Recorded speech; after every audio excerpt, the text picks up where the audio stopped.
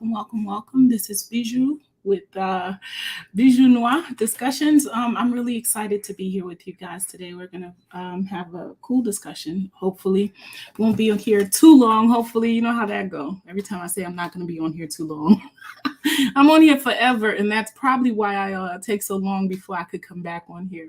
Takes a lot of energy, but there's so much love on here that I really just can't stay away for too long. Again, I'm really excited to be here with you guys tonight. If you are coming in, please share the link. I haven't been here in a minute, and a lot of my folks, and I want to thank you guys. Those of you that still support me, still look out for me, still watch my videos, hit the like button, subscribe, share with your family members. Thank you for for hanging in there with me. I know I'm not on here as much as I would like to be. But tonight we're going to discuss something that has been on my mind. Trust me, while I've been away, I've been busy dealing with some very serious things, and a lot of which have to do with what I see going on in the world, not just in my cipher, but in a lot of ciphers, in all ciphers, really. We're going to be talking about foreign aid, the paradox of it. And of course, I'm a descendant of Haitian people, from the continent. So we're going to talk a little bit about what I know about that. And we can also get into a broader perspective of aid itself and how it goes or not goes, or, what thoughts and opinions are of that. The reason that I'm having this discussion, or the reason that this came to mind for me, was because I had a prior discussion, and in that discussion, there was someone that left a message in regards to the help that Haiti received after the earthquake, and what did they do with it. And I asked when they asked that question, I wanted to get some. I wanted to find out myself, because in 2010 there was an earthquake, and I don't think there's a person or a human in this world or out of this world that did not know about it, and its impact on the small island of Haiti.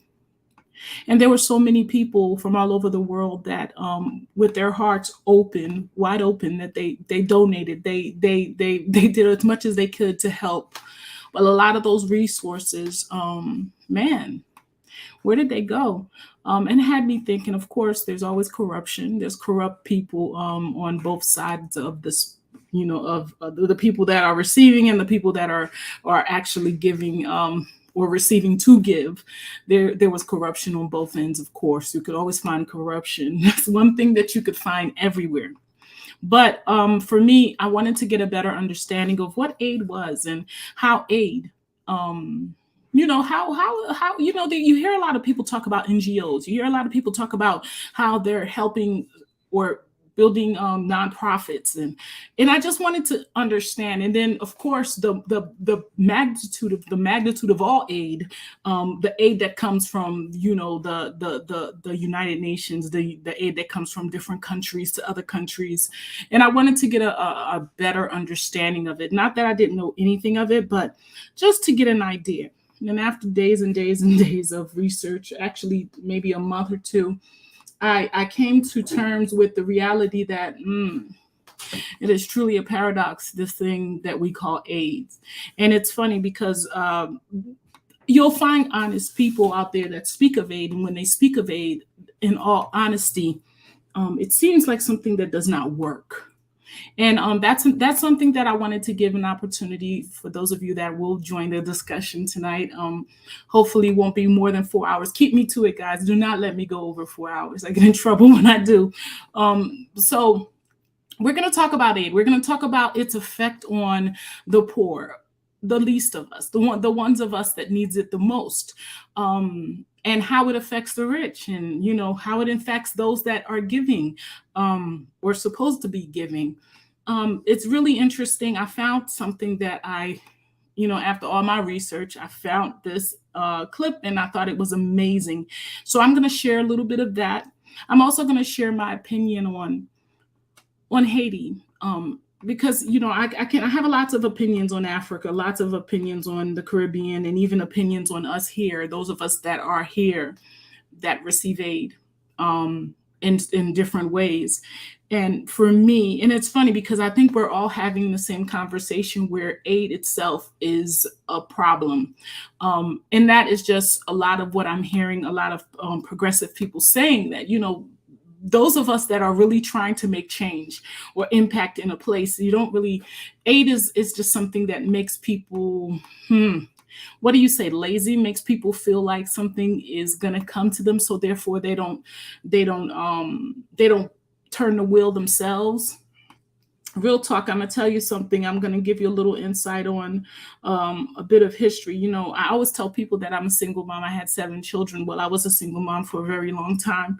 Of course, I'm married now, and have a great human or a great being beside me.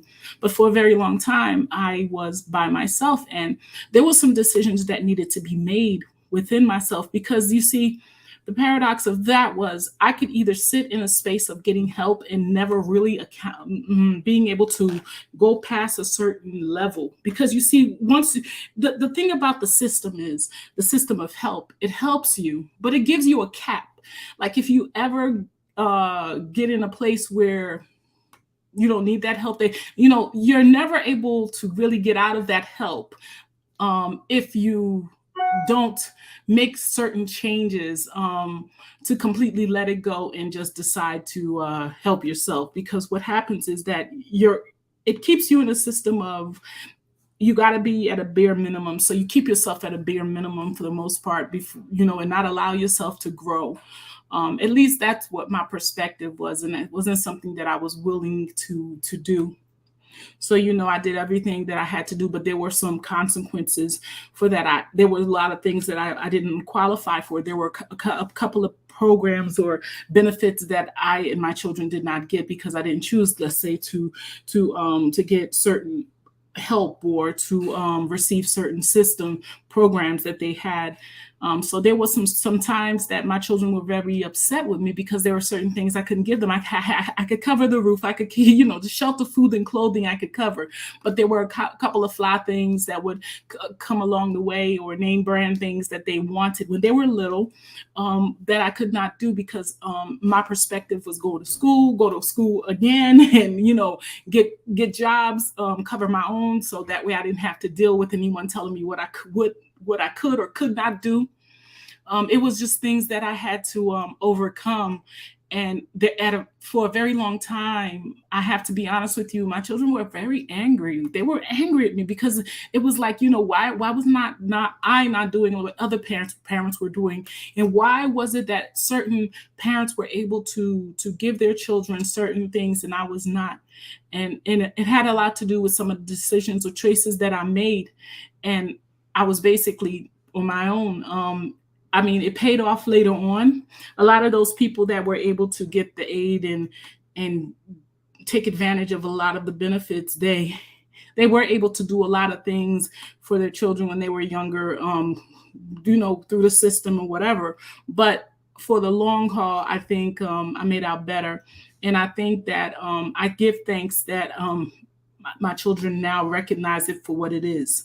But that being said, that's just a perspective of what my understanding is of it. But when I look at places like, let's say, Haiti, I found myself becoming very judgmental for the last couple of weeks, very hurt, very judgmental, very much confused on why a nation that did all that it did to free itself from the tyranny of slavery, and from my perspective, find its way back in that place of constantly needing others to come through for it, or putting itself in a situation where they are trying to get to other places just to survive. And for me, it was really heart wrenching. It's heart wrenching to watch, as a descendant of people that I'm proud to have come through, those Haitians, those people from Haiti or Saint-Domingue, whatever they called them at one point. I'm very proud, and I'm still very proud to come from that branch. But at the same time, these days, it's been very heart-wrenching to watch such a mighty people, be degraded or degrade themselves in the way or be degraded by so many. And I mean, to be honest with you, I had so many clips that I was going to share. Like, I think lately certain Caribbean such as Bahamas and Belize have closed their doors to allowing Haitians to come in, or not allowing flights to come in because of the whole folks getting on the boat and going to their territories, and they feel like it's overwhelming to them. It's funny because it's for the most part, I get it. I do, I get it. But then there's another aspect of it for me that I'm really disappointed in our leadership in Haiti. I'm really disgusted. And the fact that so many have lined their pockets and made themselves fat and comfortable in a space where so many are suffering, willing to, for the most part, get on ships, not caring if they live through or die through the journey to get to the other side. And once they get there, the degradation, the humiliation, and not just for the folks that are on the boats, but also for the folks that they belong to. Every time I hear news, and the one thing that what you're hearing, of course, is always negative. Of course, that's not what it is 100% on ground. There are some progressive, positive things being done, but of course, that's not what they're going to highlight, and it's not what the world sees. What the world sees is a bunch of people trying to get on boats and coming into their territories. What the world see is a place that is being ran by a bunch of corrupt leadership. So they say what the world see is what they call Haiti is the poorest country in the Western Hemisphere.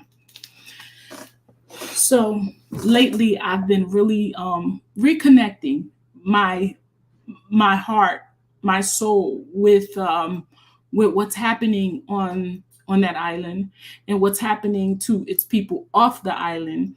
And it's funny because for a very long time these discussions have always been about Africa, because to be honest with you, I really feel like that is where we have to all resonate.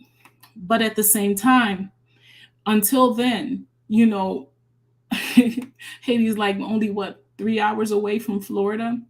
I was talking to someone not too long ago, and I believe they were a Hebrew Israelite, and it's funny because most Hebrew Israelites, if you ask them about the Hebrews, or they start talking to you about we're the 12 tribes of Israel, Judah, Benjamin, Levi, top tribe being the Judah, which is the African Americans. Then you have Benjamin, which is the Jamaicans, and then you have Levi, which is the Haitians. But most people that call themselves Hebrew Israelites, and I could speak on that because I was a Hebrew. I am a Hebrew Israelite. Let me not get beyond that. I am definitely a Hebrew, or I see that, or I have not been proven not to be that. But I see that there is such a disconnect from the humanity that we have to have for each other, or the love. Once you find out that you're a Hebrew Israelite, or once you find out that you're a Israelite or whatever, there's a disconnect into what we're supposed to do or how we're supposed to be there for each other. And it was funny because for the first time, and I promise you, I've been a Hebrew, or I have come to the knowledge that I was a Hebrew since I was the age of 18, 19, many years. When people were not, this was since early 1993. Most folks didn't even know what a Hebrew Israelite was. I was there in the beginning. And it's funny because Haiti has been in turmoil. And it's like you're claiming a heritage, but you're not claiming the people, not really. And it hit me for the first time. It truly hit me for the first time. It's funny because then I started going through all these Hebrew Israelite channels, and I was just like, trying to figure out, there's no real big discussions for us helping each other or being there for each other, or they talk about the Haitians or the tribe of Levi. So your top priests. And it's funny because if you think about it, the Levites are not supposed to have any possessions, really. They're supposed to basically belong to all of Israel, and all of Israel is supposed to maintain them. And nobody maintains Haiti, not even Haitians. not even the Haitians, no one takes fruit. Like, I was looking at this vlog from Haiti, and it was this guy, what is his hillbilly something, and he's in Haiti. He's a white man. I believe he's from the South. I don't know if he's South Carolina or Georgia or one of those, but he bought all this land in Haiti. And he has this hillbilly ranch or something in Haiti. And I was thinking in my heart, where are we, those of us that are claiming these people as our Levites? The tribe of Levite belongs to all of Israel, and if you know the scriptures, or if you know the prophecy of the Levites, everyone is supposed to take care of them. But the Levites are not even taking care of the Levites. It's such a paradox. Okay, so that was a little off stream. That's a bigger discussion. We're going to get into the clip that I found about aid. We're going to do a little talking about aid. We're going to get a better understanding of how those that, offer aid sometimes get more help from it than others. I want to recognize this. Thank you so much for the super chat. He says, my mother told me Haiti actually functioned better, yes, administratively in the 60s and 70s under Duvalier receiving no aid. That's it. Despite how brutal the regime. And you're right. That was my founding as well. It's funny because it seems like everybody was getting rid of this dictator. But then what is happening right now seems like there's a greater dictatorship going on. But hey, I'm just gonna play the clip, give some folks the opportunity to come on here and say hi if they want to. I know I haven't been on here for a while, so I'm hoping some folks could come through. I've missed you guys tremendously. Please share the video while I'm getting this clip ready with your family, your friends, your social medias. Get some more folks on board. We're going to talk about aid. Those of you that come from places like, Haiti, be it your Africas, your Caribbeans, hey, in the hood, here in America, wherever you are. And we could have a real honest discussion of how aid has, what kind of effect had had on us. Are we the issue? Are we the problem? Am I the, like that thing goes, am I the corporate here? Am I the one? Are we the ones causing our own downfall by accepting aid? Well, let's take a look at this clip. And once we finish that, I'll add the link for those of you that want to just come in and say, hey. Poor countries finance wealthy nations. It is an economist's conundrum. Global capital, instead of flowing from rich countries to poor countries, it actually moves in the other direction. Each year hundreds of billions of dollars leave developing countries and land in the coffers of rich countries like Switzerland and the United Kingdom. The relationship between rich and poor countries has long been described in a captivating story. According to the story, wealthy countries donate a large portion of their income to poorer countries in the global south in order to assist them eradicate poverty and advance up the development ladder. This story is so widely propagated by the aid industry and the governments of the rich world that we have come to take it for granted. However, the truth of the matter is poor countries send more money to the West than the other way around. Poor countries, especially those in Africa, have been keeping Western countries richer since 1884. Global Financial Integrity, based in the United States, and the Norwegian School of Economics' Center for Applied Research released some remarkable data. They totaled all financial resources transferred between rich and poor countries each year, including not only aid, foreign investment, and trade flows, as in previous studies, but also non-financial transfers such as debt cancellation, unrequited transfers such as worker remittances, and unrecorded capital flight. It is, as far as I am aware, the most thorough analysis of resource transfers ever conducted. What they discovered is that the flow of money from rich countries to poor countries pales in comparison to the flow that runs in the other direction, meaning from poor countries to rich countries. For example, in 2012, developing nations received a total of $1.3 trillion in aid, investment, and foreign revenue. However, $3.3 trillion poured out of them in the same year. Developing countries, in other words, sent $2 trillion more to the rest of the globe than they received. If we look at all of the years since 1980, we can see that net outflows total $16.3 trillion. That is how much money has been sucked out of the global south in the last few decades. To put this in perspective, the United States GDP is around. Let's pause at this. So when you look at everything in red, Everything in red is basically feeding everything that is in black. Isn't that something? So these countries, which, by the way, happens to encompass some of the poorest countries, are putting out more than they give.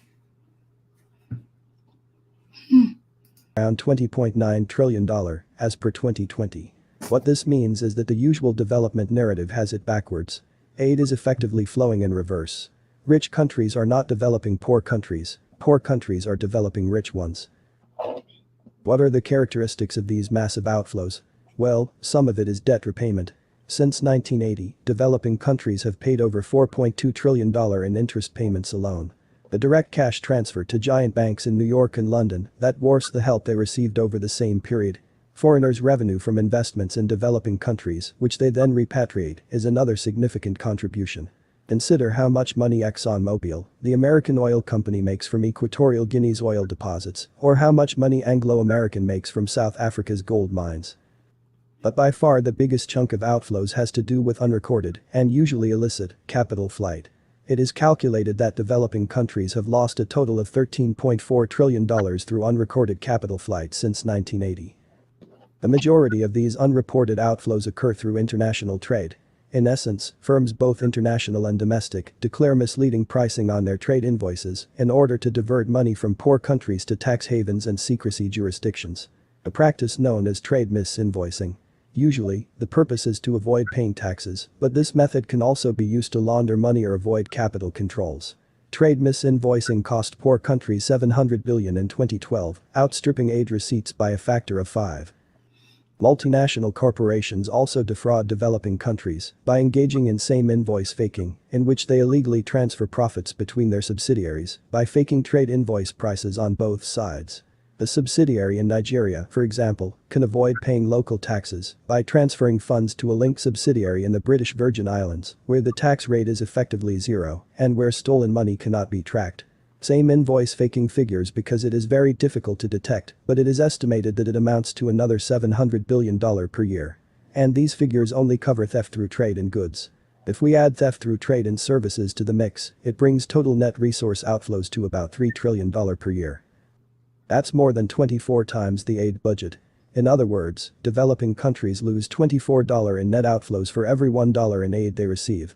These outflows deprive developing countries of a vital source of revenue and development financing. According to some analysts, rising net outflows have slowed economic growth in poor nations and are directly responsible for decreasing living standards.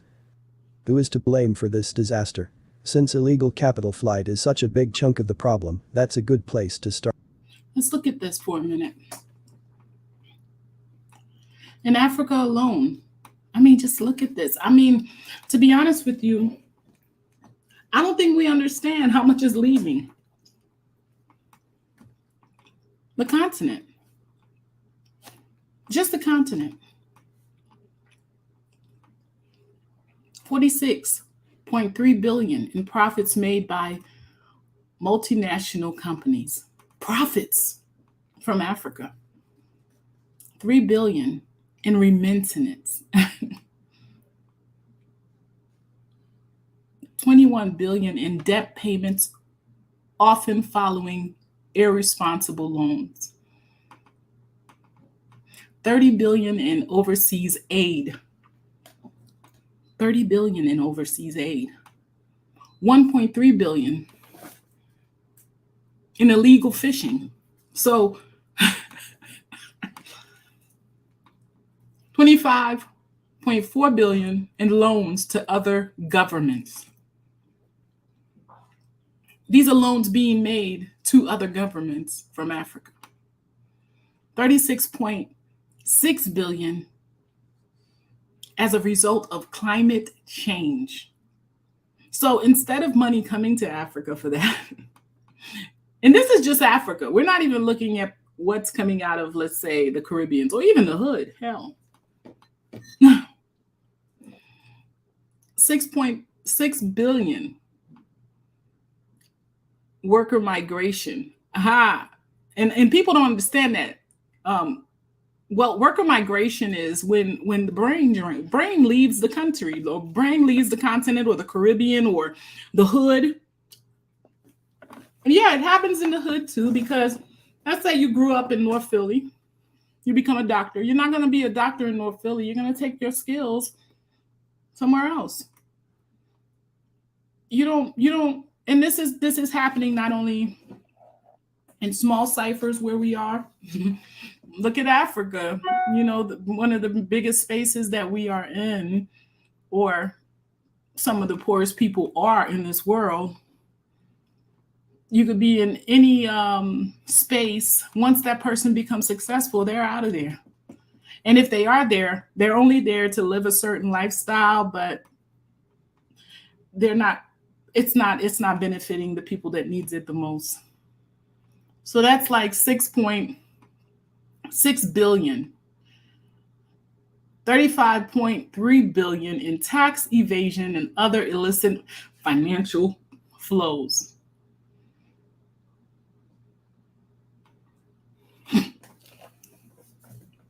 Those of you that don't quite get the picture, if you need to take a snapshot of this, take it.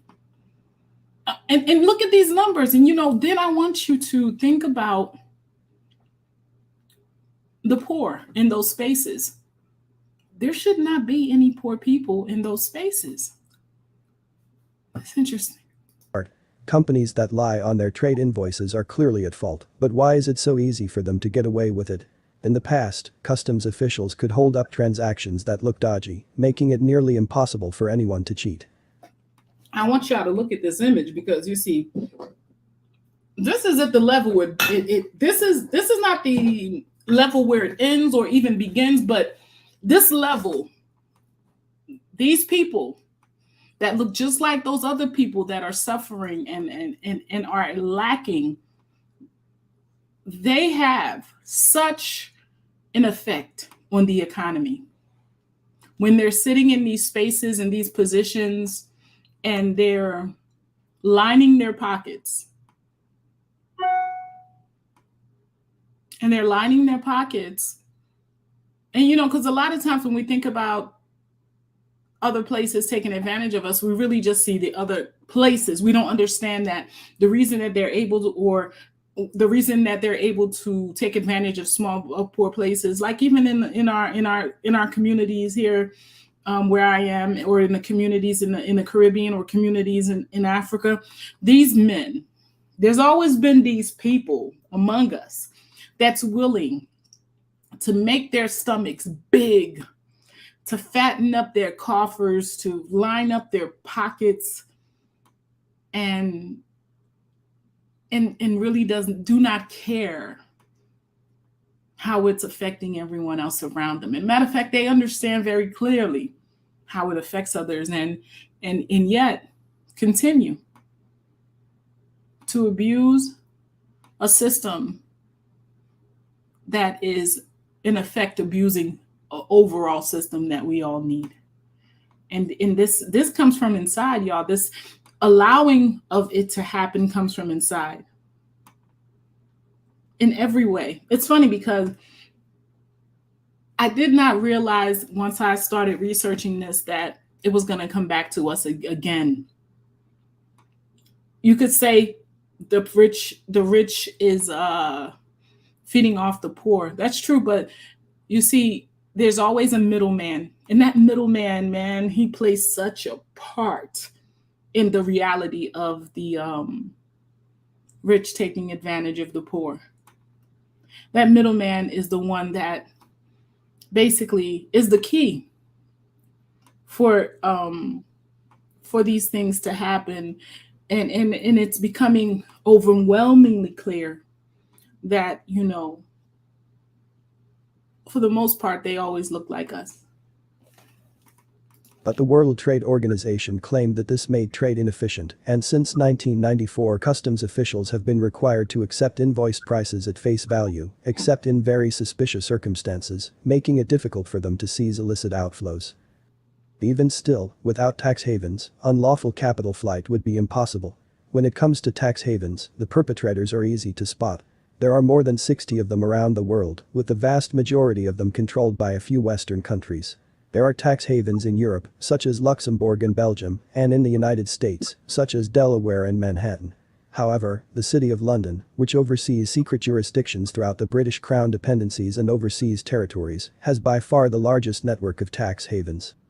Did you guys realize that? It's funny because we're all talking about London for the past couple of week or two since, you know, I don't want to talk about that, but since the passing of their queen. And that being said, who knew that the tax haven capital, it's the tax haven capital of the world. So for the most part, still benefiting more than anyone else. In other words, some of the very countries that so love to tout their foreign aid contributions are the ones enabling mass theft from developing countries. When we consider these reverse flows, the aid story begins to seem a little naive. Now let's look at this image. A lot of us have seen this image. We've seen it all over social media. We've seen it everywhere. And we kind of look at it and we're like, yeah, it's like this, but it's really not that simple, is it? And this is what I want to talk about that a little bit. I don't know, maybe I'm not going to talk about it. Maybe this speaks for itself.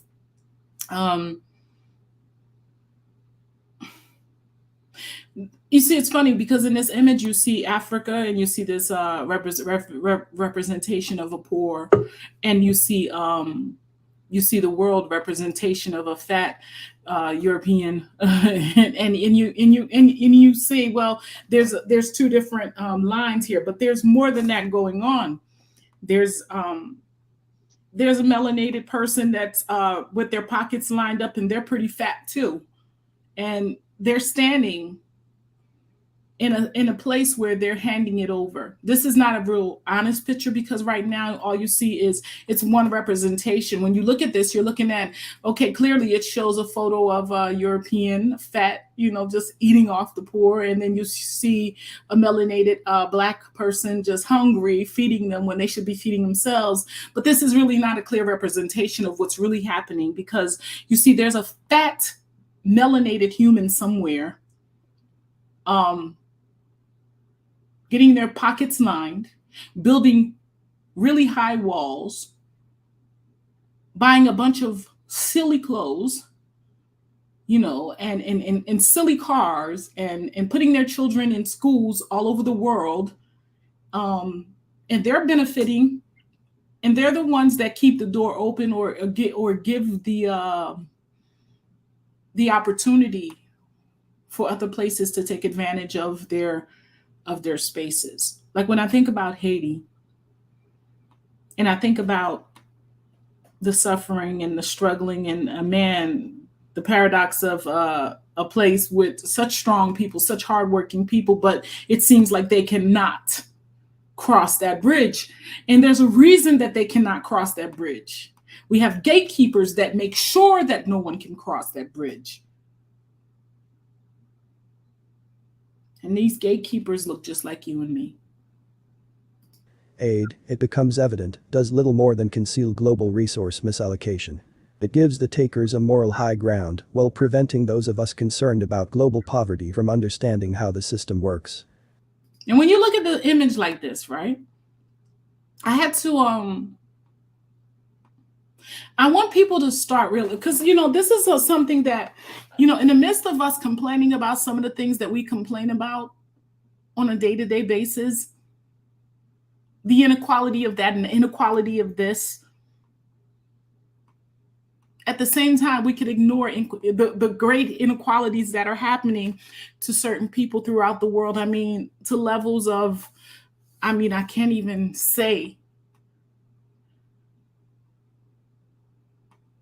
This is not just an image, y'all. This is really how some people live. This is not just an image. This is how some people are living throughout the world. And when you compare that to your existence, some of our existences, can you really complain?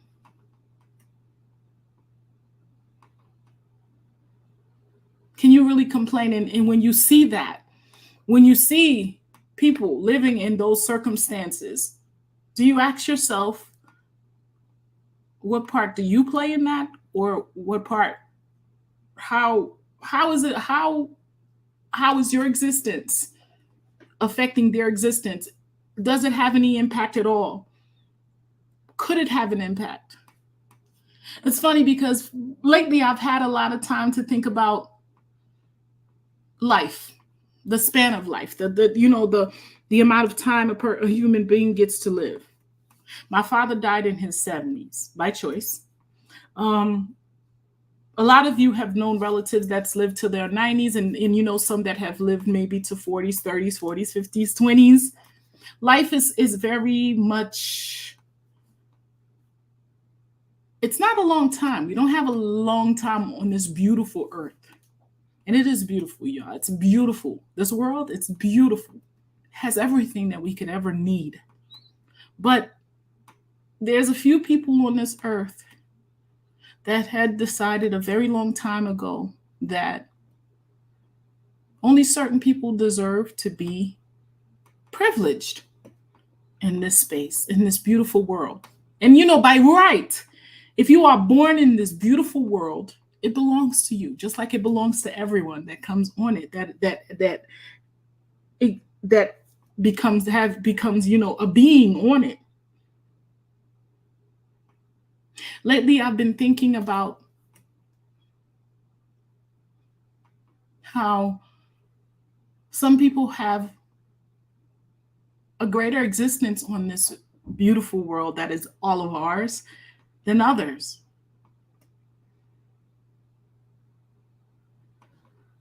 We consider ourselves to be greater than the animals or other species on this earth. Humans, we consider ourselves to be the greatest beings on this earth, because we have a soul, we have hearts, we think, we're able to move and to do things with other species that they cannot do to us. At least we think. But how are we different? How are we treating? I mean, you can't really tell that we're intelligent beings by the way we treat the world. You can't really tell that we're intelligent beings by how we are treating each other. And the greed.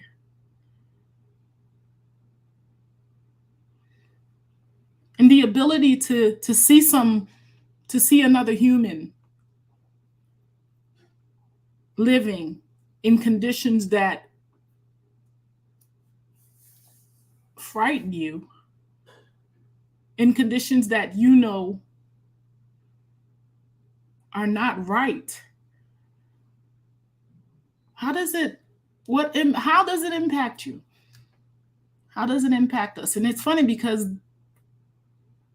we see this and we say, oh, that's so sad. Or if we are into caste, first thing we'll do is we'll look at the texture of his hair and his skin and say, is he one of us? This is what they do in all races, right? Those of us that deal with race.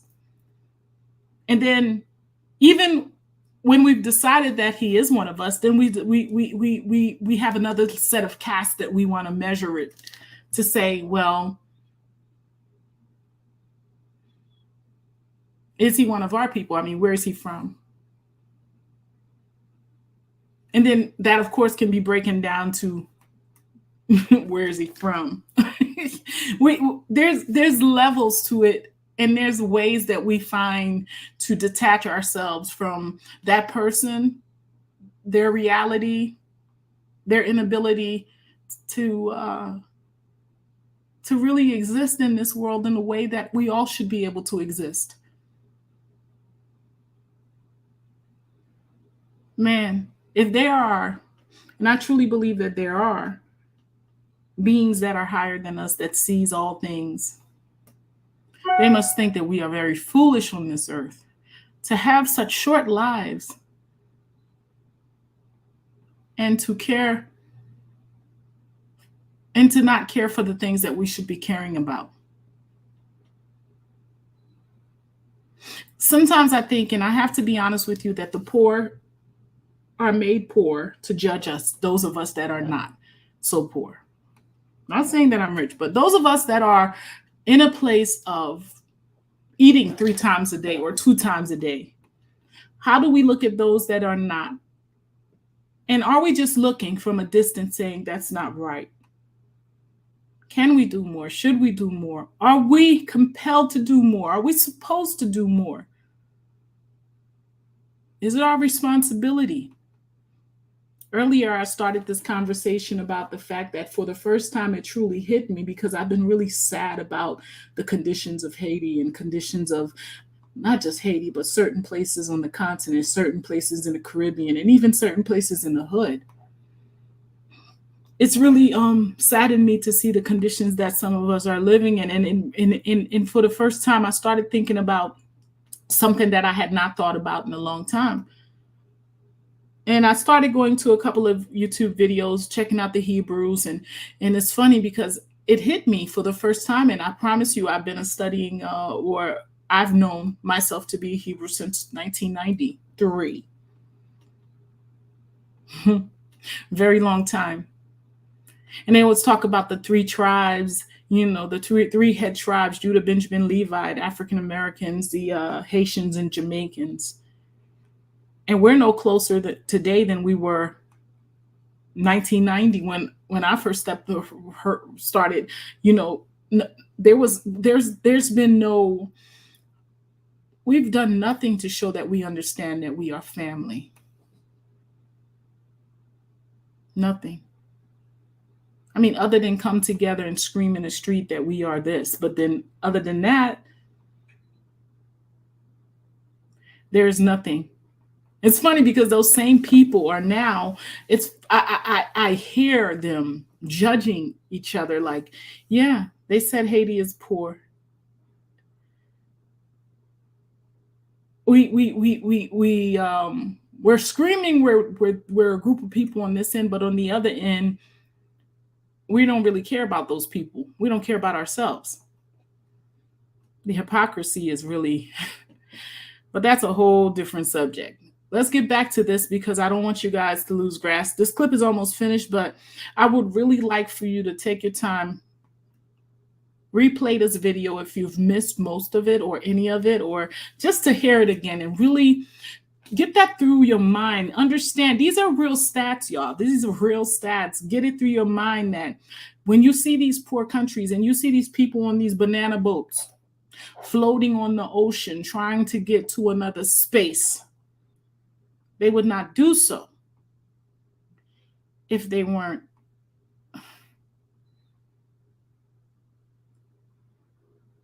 if they didn't think that this was their last hope. I mean, why would you go to anyone else's grass if your grass would suffice, right? Let's take a look at this clip and then I have something I want to share with you guys. Charity is unnecessary in poor countries. They are in desperate need of justice.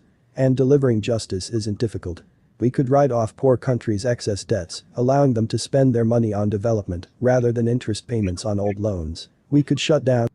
And this is another thing. I'm happy that he said that. When we think about Haiti and we think about poor countries in Africa or Caribbeans or even the debt that is due based on, the complaints that are made about getting on benefits here in America.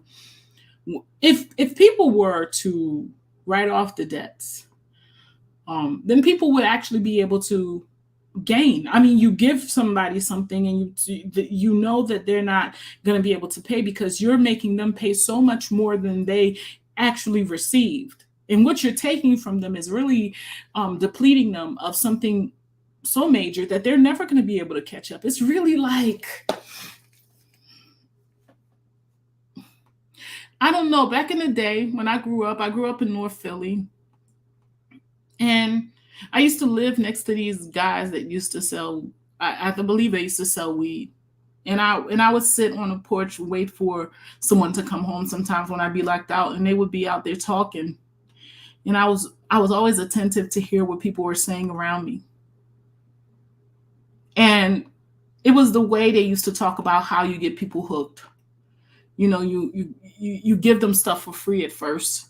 They used to talk about giving people drugs for free. And then once they get that person completely addicted or in a space where this person cannot do without this thing, then they would make them pay by any means, and this person would go out there and do whatever they need to do. And that's how you get people hooked. You give them things for free, and they don't understand that free comes with there's nothing free in this world. Let's just say that. Nobody's giving anything away for free. And once you receive something for free, you have to ask yourself, what do this person or what do this entity or what do the system want? And then when you see it in that way, then who's really to blame? It's not the people that are coming in taking advantage or having advantages from the situations. It's those of us that are not putting into comprehension that this is the game. And this is the system, and this is the reality of business. This is what they call business throughout the world. I work in a company that they have sales representatives in one level. And sometimes, in accounting, you'll see that salespeople will sell things and they don't care if the person don't pay. Because you see, once the person sells it and they get their commission, the responsibility of that client paying or not paying, they don't care.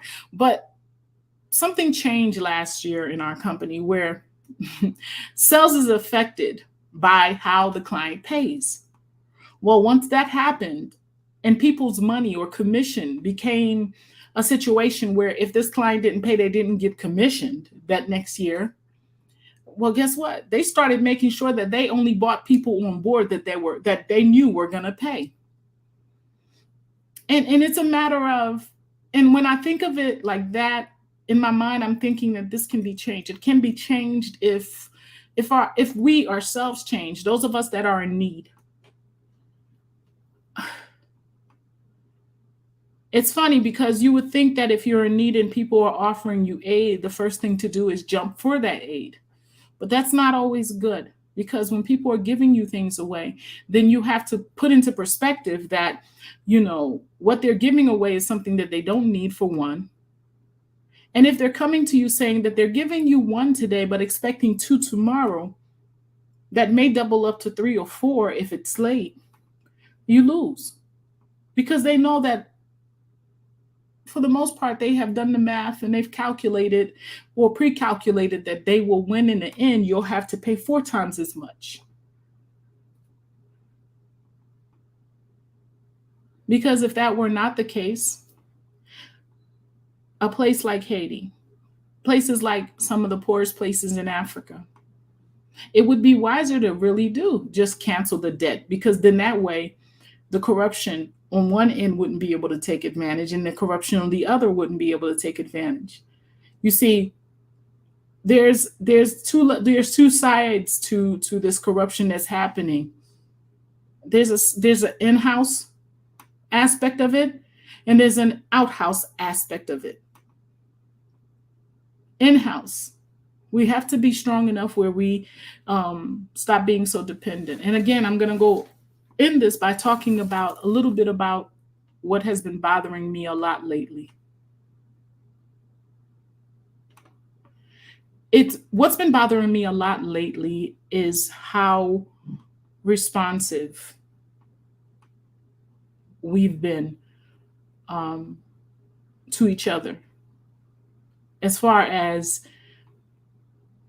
understanding that no one's gonna come save you. No one's gonna come save you. Hell, not even the ones that look like you, that were not too far separated from you, feel like they have a responsibility to save you. What needs to happen in Haiti and in most places that are poor, even the hood here in America, shoot, if you want to really make change and effect, it has to come from in-house. It's not going to come from outhouse. Nobody's going to come and make the changes for you. They will come, they will take a look at what you have, and then they will try to take it from you. And if you're not, and if you don't think that that's the case, then I just want you to look in history. Everybody's going to come saying that they're going to offer this or that that's going to be able to make things better for you. We as a people need to stop being so dependent on others. And it's funny because it is something that we used to do well. We used to depend, we used to understand our place. We understood our positioning, and we depended on ourselves. The moment that Haiti became dependent on aid, that was a great downfall. Let this clip play, and then I have a clip to share with you so you can have some understanding or knowledge of what I just said about Haiti becoming dependent on aid. Secrecy jurisdictions and punish bankers and accountants who facilitate illicit outflows. And we could impose a global minimum tax on corporate income, removing the incentive for corporations to secretly move their money around the world. We know how to resolve the situation. However, doing so would run against the interests of large banks and corporations that profit significantly from the current system. Clearly we know how to solve the problem, but the question is whether we have the courage to do so. So, if you missed any of that, I really want you to take the time to go back and watch that clip. This clip was amazing, and I'm looking for the source of it because someone sent it to me because I requested them to help me find the clip, and I'm still waiting them for them with feedback to let me know where they got it so I can give the person the recognition in the description, and I will as soon as I do. I'll put the link out as soon as I can for the description of that. But that being said, I didn't understand a lot of what he was talking about, but then to do some research on a small scale, I took a look in my own backyard, where my parents came from, and I wanted to find out what went wrong there. I found a couple of articles. I did some research. There were quite a few corrupt leaders that looked just like you and me. And there were quite a few that did not look like me. Most of the leadership that happened in Haiti after, let's say, Christophe was a bunch of mixed race mulattoes. They call them mulattoes, people that did not consider themselves Black. You see, there's this word, nègre. It's in Haiti. It's like nigger, it's like, but it's nègre, like Negro. And so there's two races right now in Haiti. There's the mulattoes or the mixed breeds. And they pride themselves on being that. They go out of the country to make sure that they marry with other races so they do not end up becoming nègre. And they have been in power, since Christophe, since 1800s, really. And to be honest with you, other than Duvalier and maybe one or two, and those were actually the same types of personalities. Duvalier himself was not, but he was not a mulatto, but he was definitely a dictator. And just like someone said in the comment section earlier, even in his dictatorship, life was so much better in Haiti for the Haitians, even with the cruel regime that he had. So what's happening now? Because right now, Haiti has aid coming left and right from all kinds of places. China, America, all kinds of places. Canada, France, everybody's giving Haiti aid. So why is Haiti so in need? Why are so many boats crossing the ocean to go to different places? Why the humiliation? Why the degradation? Why are our people from that island struggling to survive there? The land is fertile, beautiful, beautiful island for those of you that have not had time to really see it. So why? What's the struggle? Well, let me share this clip so you could get a better understanding of what went wrong. By the Haitian government will be overseen again by foreigners. So it's a takeover of Haiti. Kim Ives, I wanted to ask you about former President Bill Clinton, now the UN Special Envoy to Haiti. Last month, he publicly apologized for forcing Haiti to drop tariffs on imported subsidized U.S. rice during his time in office. The policy wiped out Haitian rice farming and I need need you guys to really try to go do some research on drop tariffs and sanctions. And when a bigger country tells a smaller country that it's gonna, cause sanctions or tariffs, it's basically saying, hey, we're not gonna allow other people to do business with you. We're gonna speak to other folks to make sure that you're not making money unless you do things this way. I hope I'm explaining that correctly. If not, go look it up yourself. Seriously damage Haiti's ability to be self-sufficient. Well, Clinton apologized at a hearing last month before the Senate Foreign Relations Committee.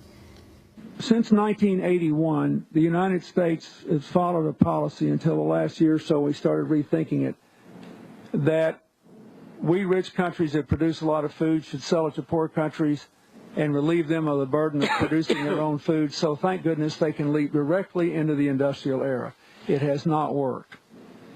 It's maybe been good. Let's repeat that. I wanna figure out what he said was gonna work. Because let's go back. Because I want to know what he apologized for. I never understood this whole they stopped making food and we started sending them food and they're gonna be benefited. I didn't get that. But let's go back. Self-sufficient. Well, Clinton policy wiped out Haitian rice farming and seriously damaged Haiti's ability to be self-sufficient. Well, Clinton apologized at a hearing last month before the Senate Foreign Relations Committee. Since 1981, the United States has followed a policy until the last year or so we started rethinking it, that we rich countries that produce a lot of food should sell it to poor countries and relieve them. So think about that. Rich countries sell foods to poor countries. Rich countries sell foods to poor countries. That doesn't even sound right. Rich countries sell food to poor countries. Wouldn't it be beneficial to the poor country if it were growing food and selling foods to rich countries? How does that work? Well, of the burden of producing poor countries and relieve them of the burden of producing their own food. And relieve them of the burden of producing their own food. So rich countries sell foods to poor countries and relieving them of the burden of relieving them. So you're going to take this burden of producing food for them and selling it to them. Oh, wow.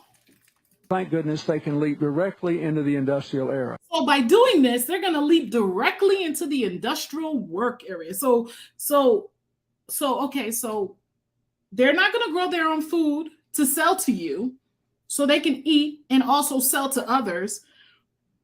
You're gonna take that burden from them and sell to them, grow food in rich countries and sell to poor people, and then they're gonna go into the industrial era. Let's go on. It has not worked. It's maybe been good for some of my farmers in Arkansas, but it has not worked. So, it was great for the farmers in Arkansas that was making the food, selling the food to poor countries like in Haiti. So, in essence, this great plan that he had to stop Haitians from planting their own food and get them to basically not plant food, but buy food from rich countries and, relieve them of that responsibility, that workload, not selling to others, but, buying from others.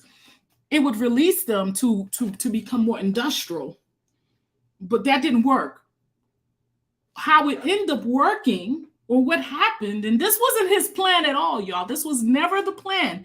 But what happened was the farmers in Arkansas, which so happens where he came from. He's from Arkansas. So those farmers became richer. Who would have thought? The person selling the food would become richer. Who would have thought? It was a mistake.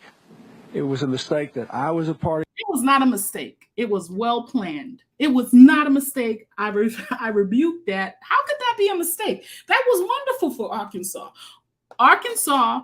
So you stopped these poor countries, in particular Haiti, from making its own food.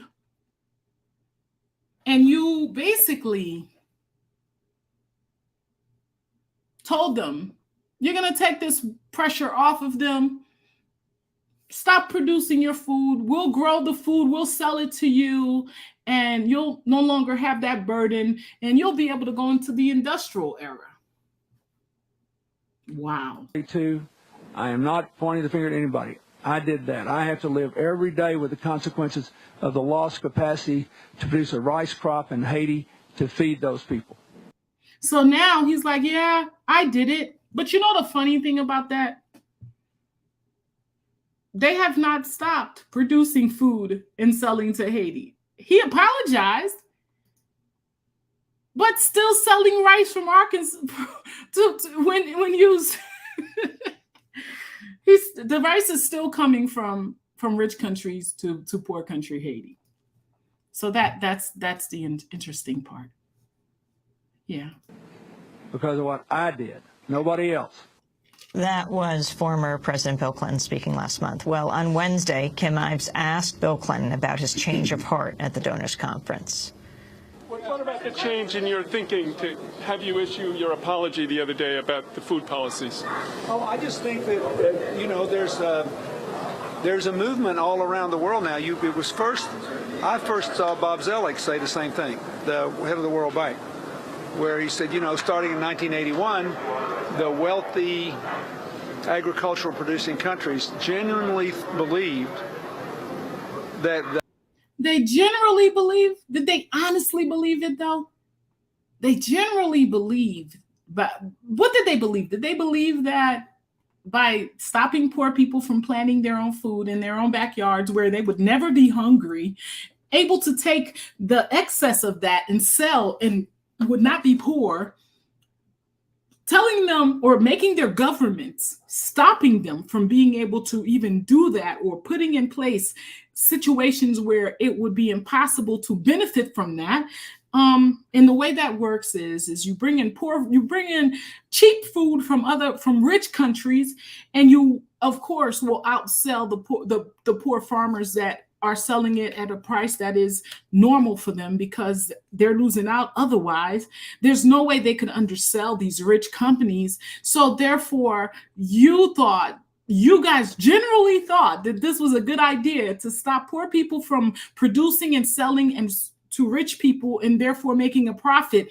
It would have been, so they generally believed that it would have been more profitable for the poor people to buy from them. That right there. How can you blame them for this? Where's our leaders? Where are our thinkers? Where are the people that would have been responsible enough to say, hey, that does not sound like a good idea? I don't know. Did they even have, I mean, in cases like this, is there even like, is this like one of those things? This is one of those things where I'm going to make you a deal that you cannot say no to. I don't get it, because for me, and I'm not that smart, but I don't think this does not sound like a good idea. and the emerging agricultural powers in Brazil and Argentina, which are the only two places that have parenthetically increased wheat yields per acre, grain yields per acre in the last decade, because they're the only places with more than 20 feet of topsoil. They really believed for 20 years that if you moved agricultural production there and then facilitated its introduction into poorer places, you would free those places to get aid to skip agricultural development and go straight into an... You know, he's saying it, he's smiling, but do you understand how many children were left hungry? How many people died? How many people, are still burdened from this mistake that they've made? It was no mistake. It was a good idea for the farmers in Arkansas. It was a good idea for them. A lot of them have and are still profiting from this deal that was made. Very interesting. Industrial era, and it's failed everywhere it's been tried. And you just can't take the food chain out of production, and it also undermines a lot of the culture, the fabric of life, the sense of self-determination. And the sense of self-determination, he said it itself. Culture. And it's funny because we're going to speak about culture, because farming has been something that we were doing prior to even leaving Africa. Farming is a cultural aspect of who we were, and the way we farmed and the way we got together and farmed. We're going to touch on that. It definitely it impacted the way we see ourselves, to our humanity, because there was a certain level of community when there were farmers in these spaces that are now, just waiting at the docks for foreign aid to come in. I have been involved for several years in agricultural products, principally in Rwanda, Malawi, other places in Africa, and now increasingly in Latin America, and I see this. So we genuinely thought we were helping Haiti when we restored President Aristide, made a commitment to help rebuild the infrastructure through the Army Corps of Engineers there and do a lot of other things. And we made this devil's bargain on rice, and it wasn't the right thing to do. We should have continued to work to help them be self-sufficient in agriculture. And that's a lot of what we're doing now. We're thinking about how can we get the coffee production up? How can we get the other kinds of the mango production up? We had an announcement on that yesterday.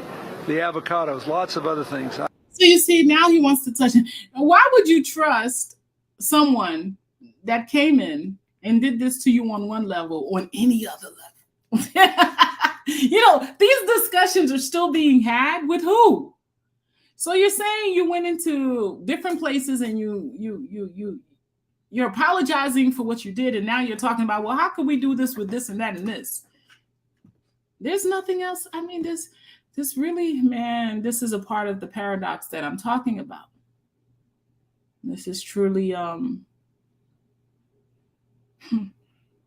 And so, and what about the return of Aristide, which has been asked for by demonstrations even right across the street today? well, that's not in my purview. That's up to the Haitians, including those that aren't demonstrating.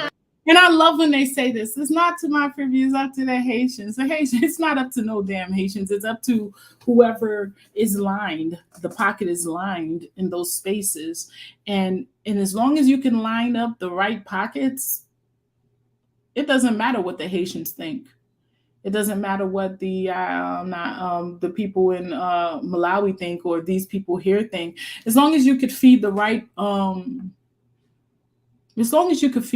dog, they're going to give you access to the yard. And this is something that everyone knows. It's not, it's funny, I pause this and I look at this and I see this smile and I contemplate. And then for me, it's the images of those children and the people that are suffering in those spaces because of the decisions of these people making great decisions for their own folks and our people that are lining their pockets for themselves. That was President Clinton being questioned by Kim Ives. Kim Ives in the studios with us, along with Roger Leduc, who is a radio host and activist with Coca-Cola. By the way, I love this channel. I love this lady, Democracy Now!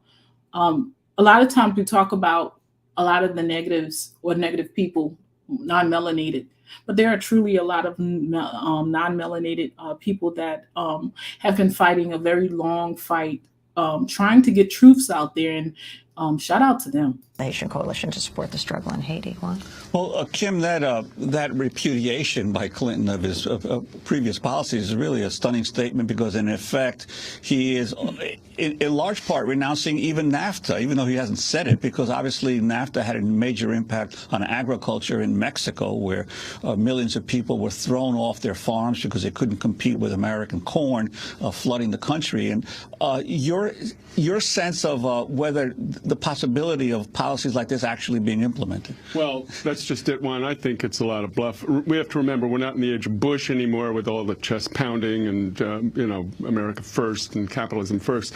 This is Slick Willie, and they come with the message. They know the sensitivity of the Haitian community, I could say of the progressive American community too, to all these maneuvers. And so they know the language. We hear the word solidarity. We hear the word sovereignty. We hear the word we hear all the right words, but once again, to me, it's total smoke.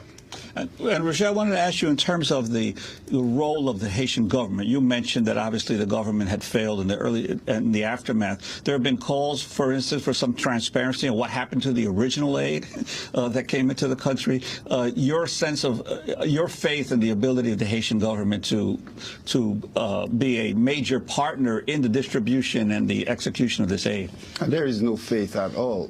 What I was referring to was the principle of recognizing a government that was voted in by the people of Haiti, even though the government failed miserably, not only just in terms of its response to the disaster, but even before that. What Preval applied himself to do was to gather the political class, put them in his pocket, and then deliver it to the international community, mostly the United States government, so they could do whatever they needed to do with Haiti. With the disaster, the program that they already had in mind to capture Haiti's state can be accelerated.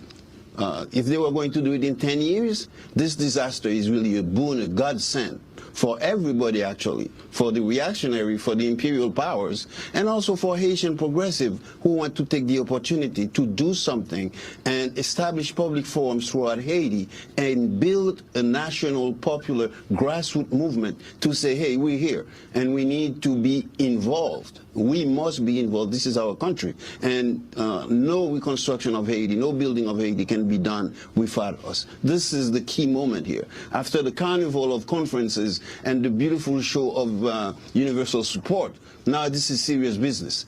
Are we going to let them take hold of our country for 30, 40 years, as they've done since 1915?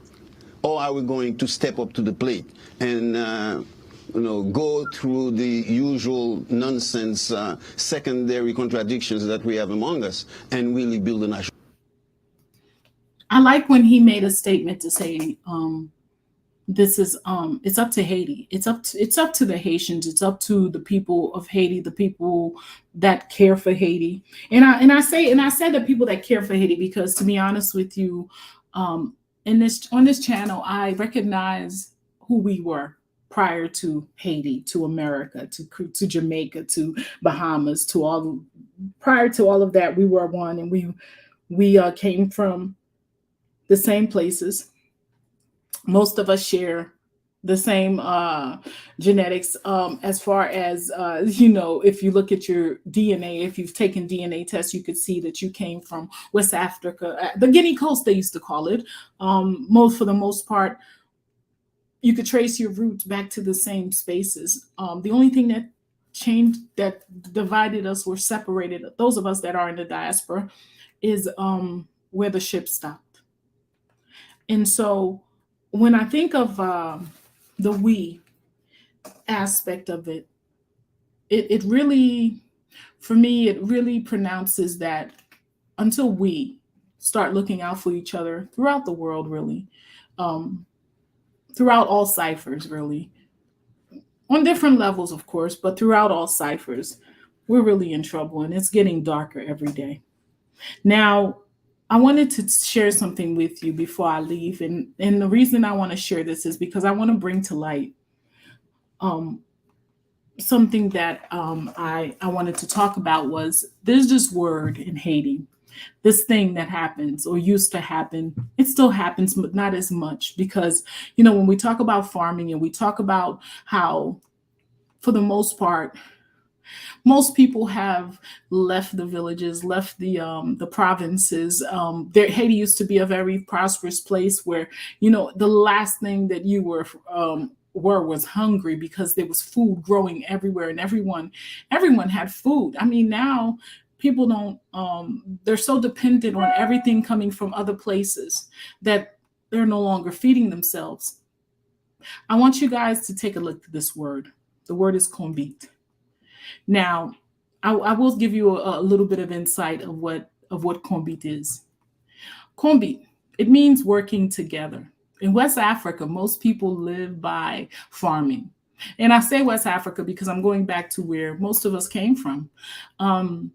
The land, they farm the land, but clearing the field, planting the crop, bringing in harvest, oftentimes it's too much work for one family or one person. As a result, many African societies have farms of cooperative donors or laborers, meaning that people came together. When a member of the community needs help with a task, he or she calls for volunteers. Neighbors come together, to do the job. And the host, for whom the work is being performed, provides food, drink for all.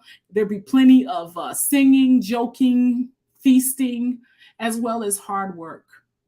After slavery ended in the Caribbean, many Afro-Caribbean people became farmers. They continued the farming traditions of work exchange, let's say, which goes by different names in different parts of the Caribbean. In Jamaica, I researched, and it is called day work or work sport or digging match. In Tobago, it is Lin hand. And in Trinidad, Gaya. I hope I'm not mispronouncing that. And in Grenada, it would have been maroon. In Haiti, the small island that my parents came from, the tradition is called Konbit. It is so important to Haitians, rural life, that, a lot of folk tales, a lot of literature is written about it. The most important literature that I found, or the most interesting, was by J. Roman. That is Rumain, if you want to research it. And it's called the Masters of the Dew. Very interesting book. Masters of the Dew basically talks a lot about Konbit, give you a good understanding of what Konbit is. The reason that I'm putting that out there is because I want people to understand that word Konbit. It should mean a lot to us. We should understand what that means. It means coming together. It means working together. Let me share this video for you because this is a great example of it. Still happening in Haiti today, not as much as it should, because if it was happening at a great capacity, there would be no need for foreign aid, for real. I can tell you that a lot of the young people, a lot of our people in the islands, or let's say in Haiti, because that's what I'm talking about, have left the provinces or the villages where there would have been growth, food. That's where, food was coming from the hills. It was coming from the villages, from the provinces. A lot of young people are just trying. I mean, you're born and your dream is to leave the country. Your dream is to go to places like Canada, Europe, America. Sometimes maybe just a better island than where you came from. That didn't used to be the case. People used to look forward to owning their, having rights to the land that their parents owned, adding on to it, leaving for their children, farming, buying animals. That used to be something, and that was taken away with the need of being fed by others.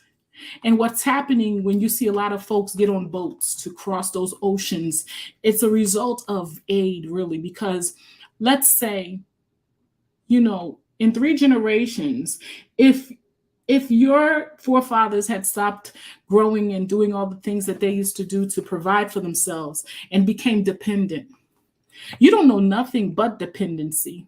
So right now, and I'm sorry to say this because I am very much in love with my people. I'm very much in love with the culture. I'm very much in love with the history of Haiti.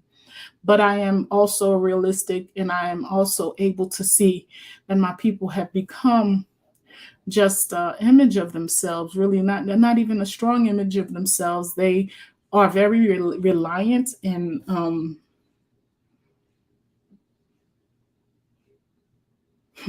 the dependency, the word that Bill Clinton used. It's funny because I paused because it hurts to even think it, and saying it is hard. Become dependent on aid from others and not being able to see yourself being able to make it without others and without by your own strength, by your own sweat. It was very nice to see this video. This video I'm sharing was recorded I believe it was recorded 2 or 3 years ago. And this is a great example of what Konbit looks like. Yeah.